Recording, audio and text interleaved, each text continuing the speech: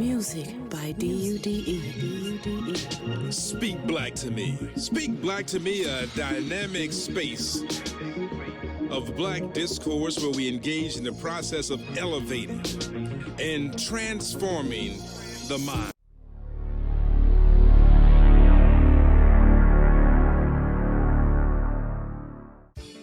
Racism and beyond. My name is Dr. Kevin Washington, also known as Mwata Kairi, and I will talk about racism as a mental construct and as an ideology.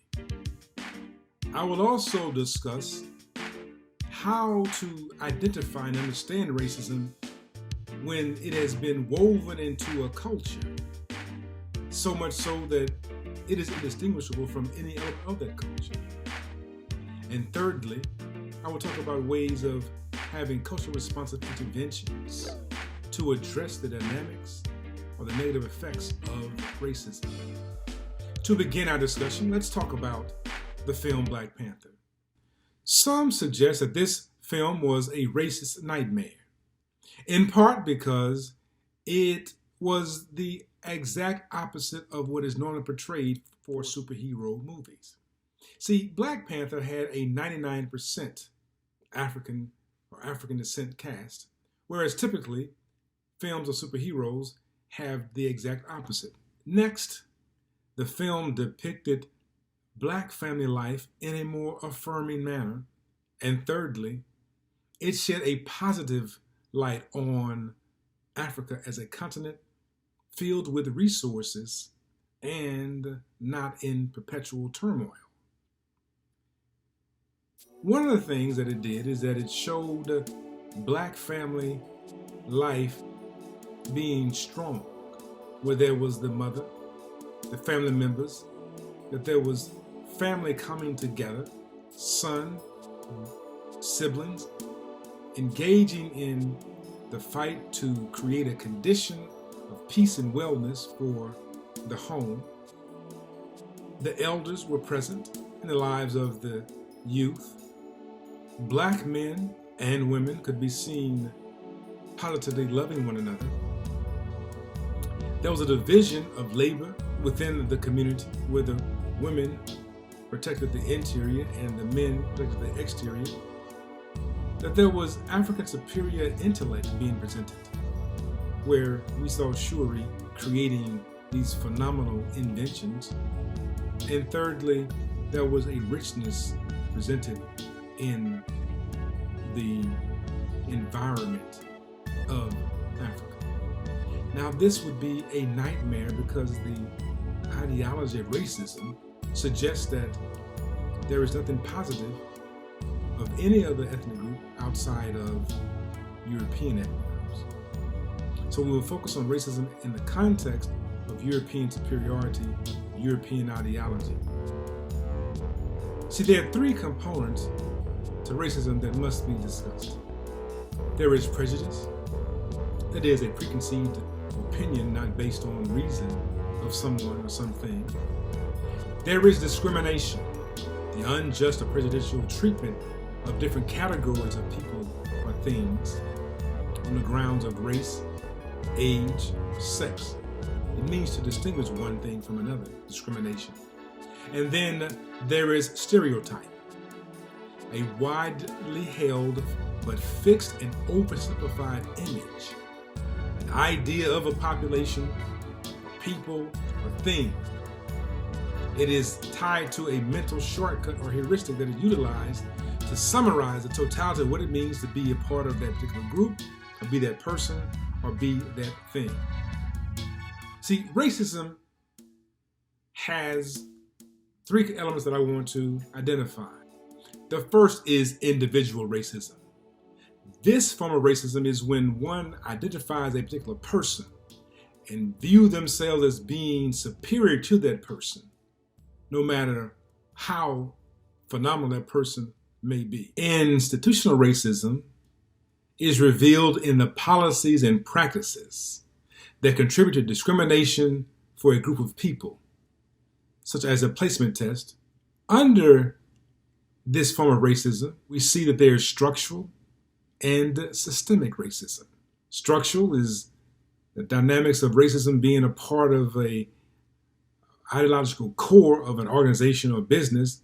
And the systemic is the idea that this racism is through every system of a given society, such as the police system, the school system, and even the religious systems of a society. The third is cultural racism. This is seen when one has the assumption that their cultural artifacts and ideas are better than someone else's. This can be seen when one asserts that European classical music is somehow better than hip-hop and or jazz music. Whereas one may have a preference for one over the other, there should never be assumed that one is superior to another on the grounds of some particular held belief that because it is from Europe, it makes it better. See, racist ideology is woven into American society. It is the belief that one's ethnic racial group is superior to all others. See, this ideology can be seen when we observe the Native Americans' Trail of Tears. It can be seen when we look at the African enslavement experience. It can be seen when we see the Chinese railroad workers being mistreated. We can see it when there was a Japanese internment camp. These were tied to the idea of the yellow peril conversation in this country. And we can see it when Mexican-American farmers were mistreated and Cesar Chavez had to engage in finding ways to speak out against that mistreatment. This is a part of American society. But let us look at how race becomes defined. See, race is a construct and it is an ideology. As a construct, it is seen as any major biological division of mankind distinguished by color of skin or texture of hair or color of eyes, stature, body proportion, and other things that mean certain things to ethnologists.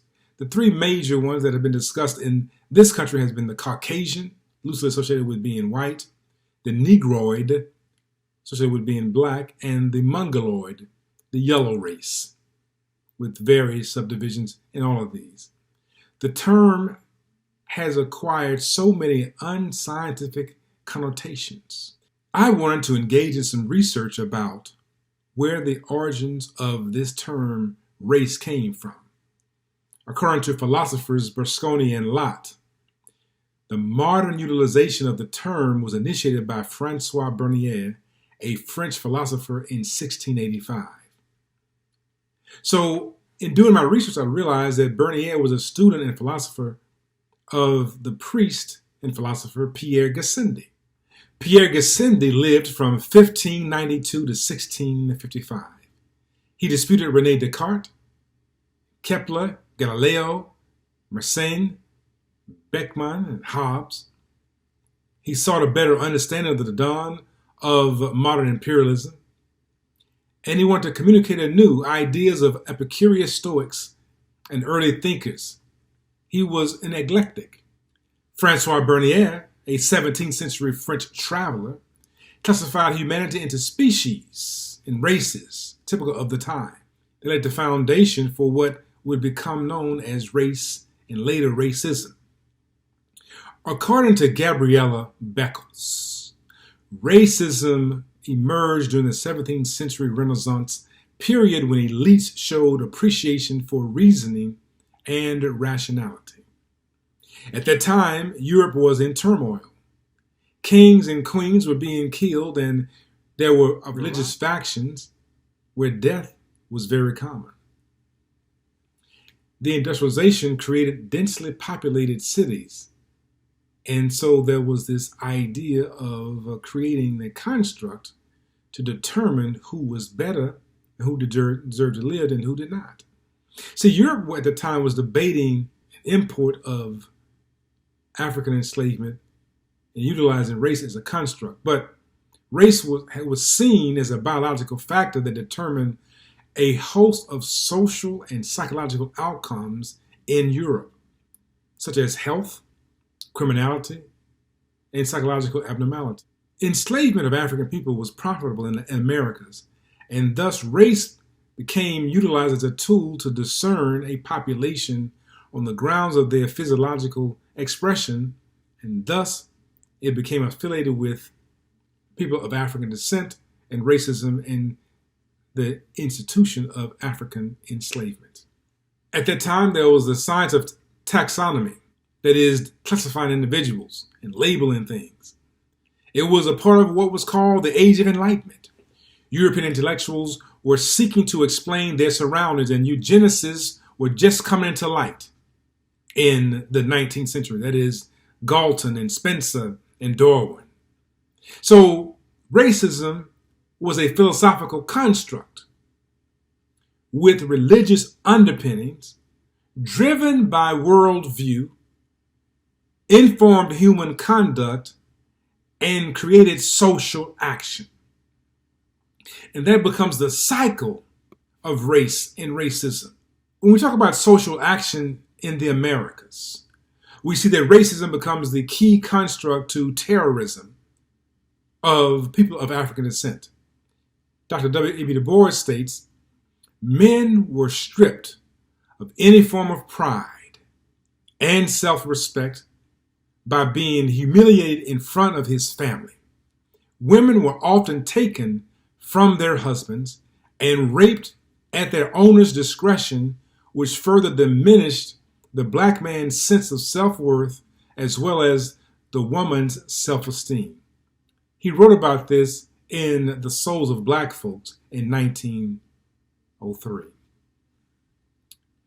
Rather than talk about the enslavement experience, which was driven by racism, as just that, the slave trade, many scholars have advanced the construct of the Ma'afa. The Ma'afa is defined as a disaster, calamity, damage, injustice, misfortune, catastrophe that has been a part of the great suffering of African people, according to Dr. Murray Ani and others. It is an act of self-definition, then, to change the construct from the slave trade, which sounds like swapping baseball cards, and from the Middle Passage, which sounds like walking down a hallway, to describing it as a great suffering of people, the Ma'afa, M-A-A-F-A. When one begins to move beyond racist terminology, one begins to engage in definition of the phenomena for themselves. See, what the Ma'afa did, again rooted in racism, it introduced a tremendous amount of psychological and physiological stress upon people of African descent. First of all, there was a force of an abusive lifestyle of enslavement. But prior to that, there was the geographical dislocation of a population. Thirdly, one was forced to work under the constant threat of terror from sunrise to sunset. And some even called it from the moment that you can't see in the morning to the moment that you can't see at night. So he said that people work from can to can't or can't to can't. And fourthly, there was a denying of the right of humanity. And many of the challenges that we find today with racism is associated with the lack of humanity being recognized in people of African descent. People suggest then that after enslavement, there was the release of these particular realities of enslavement, but that did not take place. See, before even there was the Emancipation Proclamation, there were the Black Codes from 1830 to 1860. See, these codes, again, very racist in their nature, restricted the rights of blacks in free states of the United States. In 1851, Indiana suggested that no Negro or mulatto, that is one that is a product of a black and a white person, shall come into or settle in the state after the adoption of this Constitution. In the 19th century, racist ideology informed the sterilization laws. These sterilization laws were driven by the eugenics movement, the idea that there was good stock and that people were denied the right to procreate because they were believed to be of inferior stock genetically, again, driven by race. There were some who acknowledged Juneteenth as a time when people of African descent were released from this idea of racism, of enslavement, and given the chance to be free. Well, Juneteenth, which is associated with June 19th, 1865, when General Granger delivered General Order Number 3, that stated the following: the people of Texas, and it's important to note here, pausing, that the people of Texas did not acknowledge the Emancipation Proclamation established by Abraham Lincoln, 1862, 63, some suggest. And so this is why 2 years later, we have General Granger going to Galveston, Texas to deliver this statement. The people of Texas are informed that, in accordance with a proclamation from the executive of the United States, all slaves are free. This involves an absolute equality of personal rights and rights of property between former masters and slaves, and the connection heretofore existing between them becomes that between an employer and hired labor. The freedmen are advised to remain at their present home and work for wages. They are informed that they will not be allowed to collect at military posts, and that they will not be supported in idleness either there or elsewhere. Interestingly enough, this statement said that they are advised to remain at their present homes. If the plantation was their domicile, and if the condition of enslavement was horror, then why would one choose to stay? But this was the order. I emphasize this to suggest that even in a space where one suggests that there was this freeing of African enslaved populations, the languaging still spoke to enslavement and torture. And so we must recognize this. So after the document was signed and this proclamation was read in Galveston, there were these black codes established.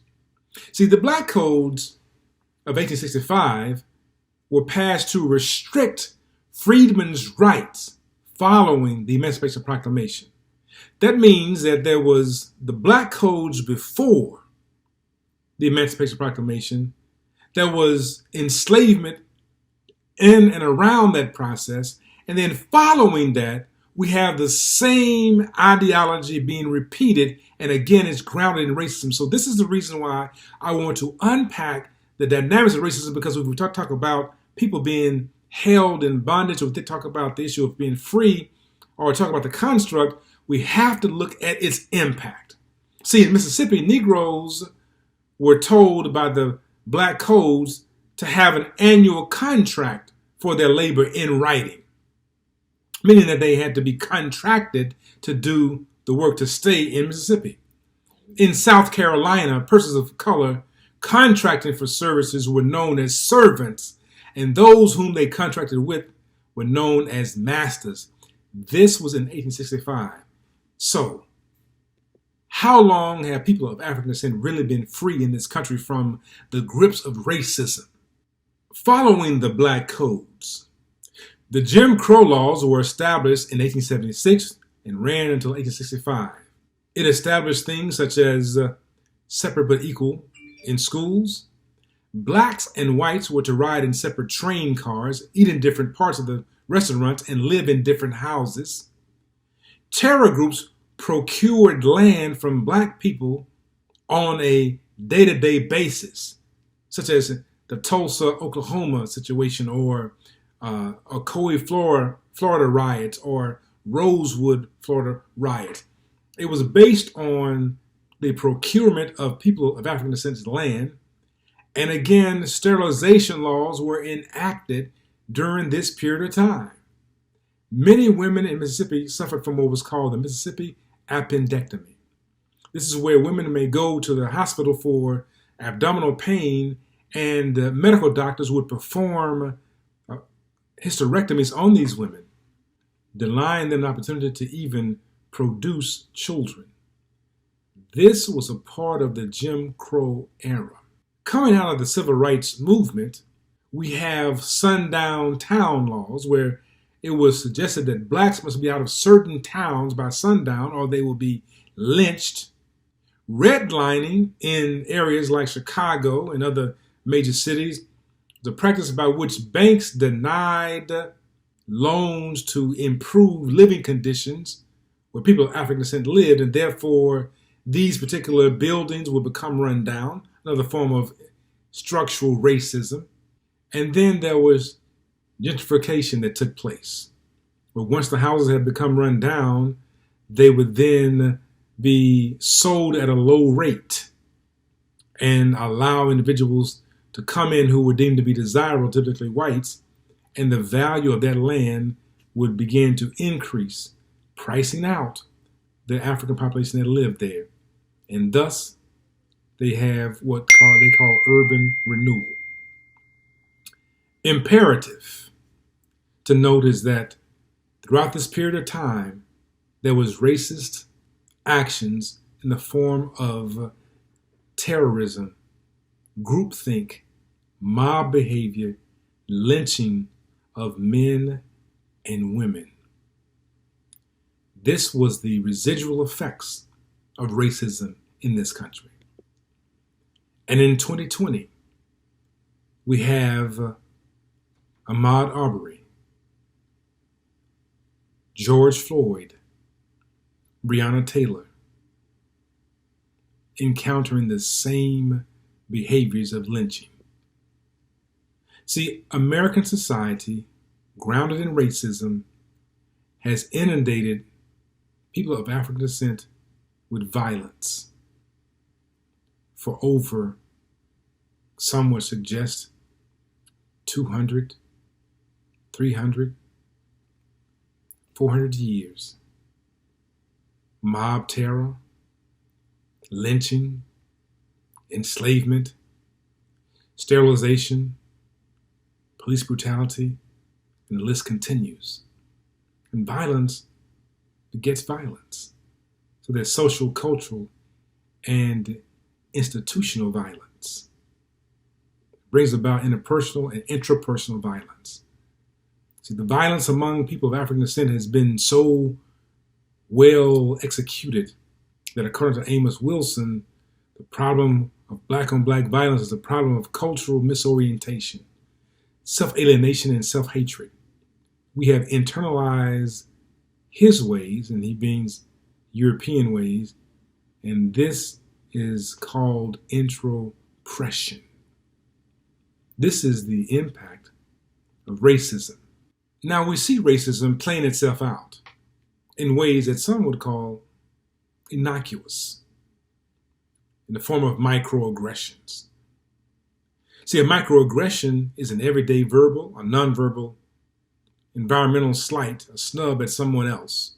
Words like, you speak well for a black person, or you're not the normal black that I've come in contact with, or what do you think about this one is a black issue? It's a microaggression because it is grounded in a stereotype, discrimination, and or prejudice. And more importantly, it is an artifact of racism. See, the impact of racism on a population that has been traumatized and terrorized by racist acts is what some will call post-traumatic stress disorder. Others talk about it, since it's ongoing, they call it complex PTSD. That is, the trauma is continuing and prolonged over a period of time, and it is tied to a collective and historical element of trauma, which becomes a part of one's identity.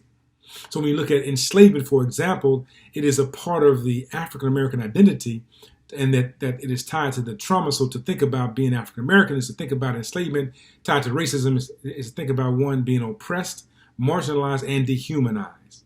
In South Africa, where a similar thing took place, that is, where there was trauma going on for a period of time, they called it continuous traumatic stress.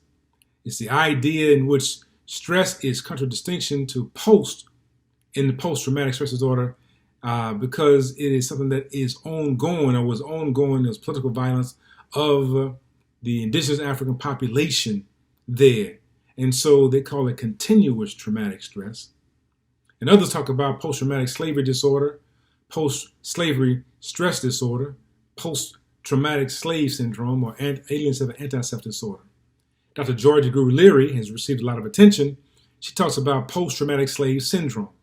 This theory states that African Americans sustain traumatic psychological and emotional injury as a direct result of slavery and continues to be injured by trauma caused by the larger society's policies of inequalities, racism, and oppression.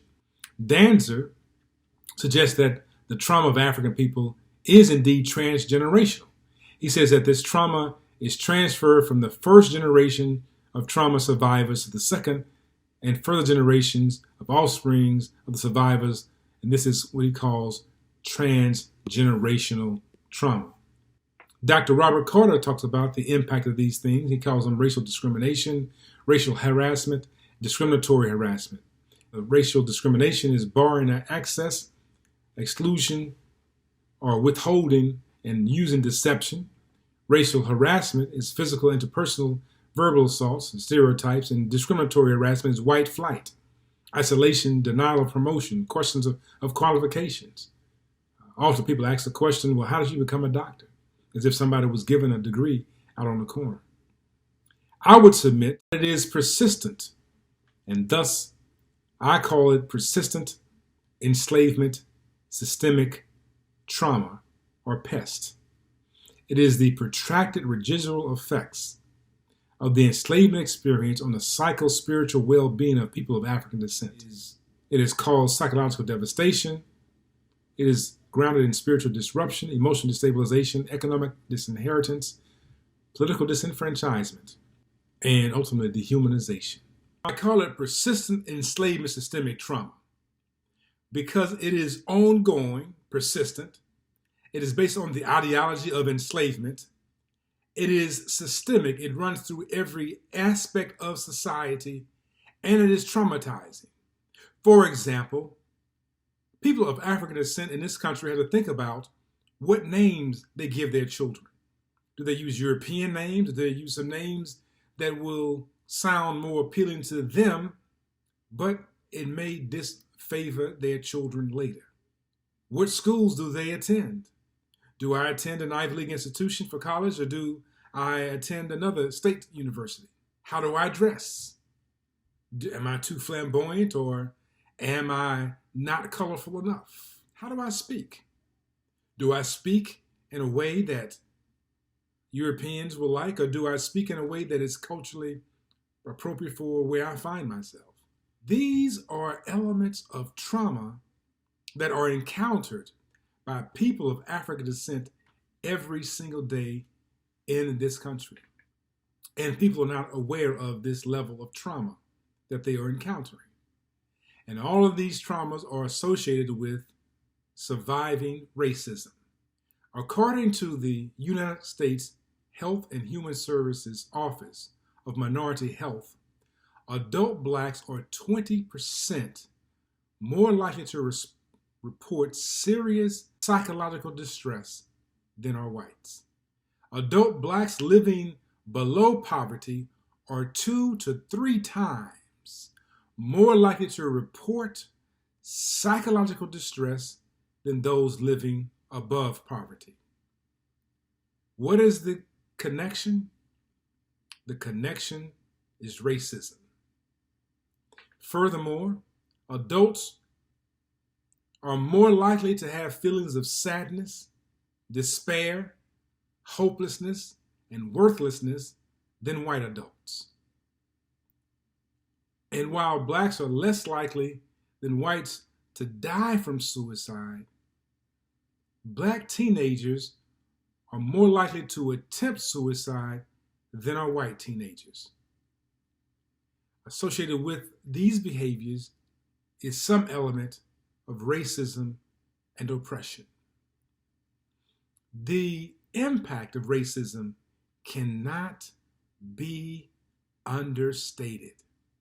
It must be clearly understood that it is a psychologically disruptive phenomenon and deserves to be attended to from a cultural perspective. According to Michelle Alexander, the author of The New Jim Crow, Mass Incarceration in the Era of Colorblindness, she reminds us that Black men are in prison today more than they were following or during the enslavement period in 1850. She suggests that we have not ended Jim Crow in this country. We have simply given it another name, and that is the criminal justice system. Jim Crow was the name of a racial caste system that was enacted in this country from 1876 until 1965. She says the new Jim Crow is the penal system. And if majority of the incarcerated in this country are Black and brown people, then there is a relationship between racism and incarceration. Because one would think that if a population comprises of the majority members of that population, then they would have the greater opportunity to be incarcerated or to be in special ed programs or gifted and talented programs or any other phenomenon. They should have the greater numbers because they are greater in number. But when you have discriminatory laws, such as the one that was implemented in Flint, Michigan around sagging behaviors, where individuals who wore their pants below their waists and showed their underwear, there were laws associated with this. As a matter of fact, it was deemed to be a felony in some states of the United States. These were targeted laws to incarcerate a population guided by the idea of racism. In Flint, Michigan, if one was caught sagging and it was unlawful, there were 93 days that they could incur in jail or have a fine up to $500. Well, if one looks at 90 days being 3 months, and if 3 months is what one will encounter being out of school, for example, then one would fail academically. And if one fails academically in school, then they are not able to pass to the next level, which means they probably will drop out of school. And now you have a pipeline to prison population because they have been defeated at their compulsory job, which was school, knowing that school is compulsory until the grade 10 in this country, in the United States. So they have now failed at their institution and they have failed at school, and the likelihood of them becoming involved in the penal system by engaging in some type of criminal behavior has been increased. And it's driven by racism. How do we intervene? Well, we know that when there are activities or organizations or moments where, for example, men are encouraged to be involved, it begins to diminish the behaviors associated with incarceration and also empowers them to be able to empower others. Rich 2000 suggested that programs that consider the social construction of manhood empower young men to care for their health and provide access to healthcare services in order to improve the health of African American men have been monumental in improving their behaviors. Mental health is impacted by one feeling valued and having worth. Mental adulthood prevention should focus on racism individually and collectively, according to Rich, in an effort to support African American men. There is this idea of mastery that promotes positive outcomes, life satisfaction, educational attainment, occupational status, and improved mental health and psychological well-being are implicated when one has self-mastery. This self-mastery would be for women or men, and it is important to know that self-mastery changes how people see themselves, and that racism is a crippling phenomenon because it helps one to feel like they do not have mastery. Prevention at early adulthood and an intervention at any stage of adulthood changes the game astronomically. We must address the issues of the isms in this country: sexism, ageism, egoism, and racism. See, it is promotion of the ideology that denies the humanity of another that becomes destructive to the entire population. Being taught the belief that one is better than the other is debilitating for the person who thinks that he or she is better, and to those who think that others are better. I am moved by the proverb among the Xhosa, which says, Ubuntu, ungamuntu, ngabanya, abantu, which says an individual's humanity and identity is expressed in relationship to others. The Zulu say it this way: Ubuntu, ungamuntu, ngabantu, which is a person is a person because there are other people. When one recognizes that one has humanity because of someone else, it changes how they see themselves and others. The Zulu have a concept called Ubuntu. Ubuntu says that your humanity is tied to my humanity and that I can only be human in your presence. You be you is being, Yubu. Into you is universal life force, into. Put it together, it is Ubuntu, which means being with a universal life force. Archbishop Desmond Tutu stated it this way: Ubuntu is the essence of being human. It speaks to the fact that my humanity is caught up and is inextricably bound in yours. I am human because I belong. It speaks about wholeness. It speaks about compassion. A person with Ubuntu is welcoming, hospitable, warm, and generous, willing to share. The quality of Ubuntu gives people resilience, enabling them to survive and emerge still human, despite all efforts to dehumanize them. It is important that we think about challenging the notion of racism by the restoration of Ubuntu. That is our great task. And Frantz Fanon says that each generation, out of relative obscurity, must discover its mission, fulfill it, or betray it. We have an obligation to fulfill a mission, to eradicate that which is destructive, and to elevate that which is constructive, to build a better society. Thank you.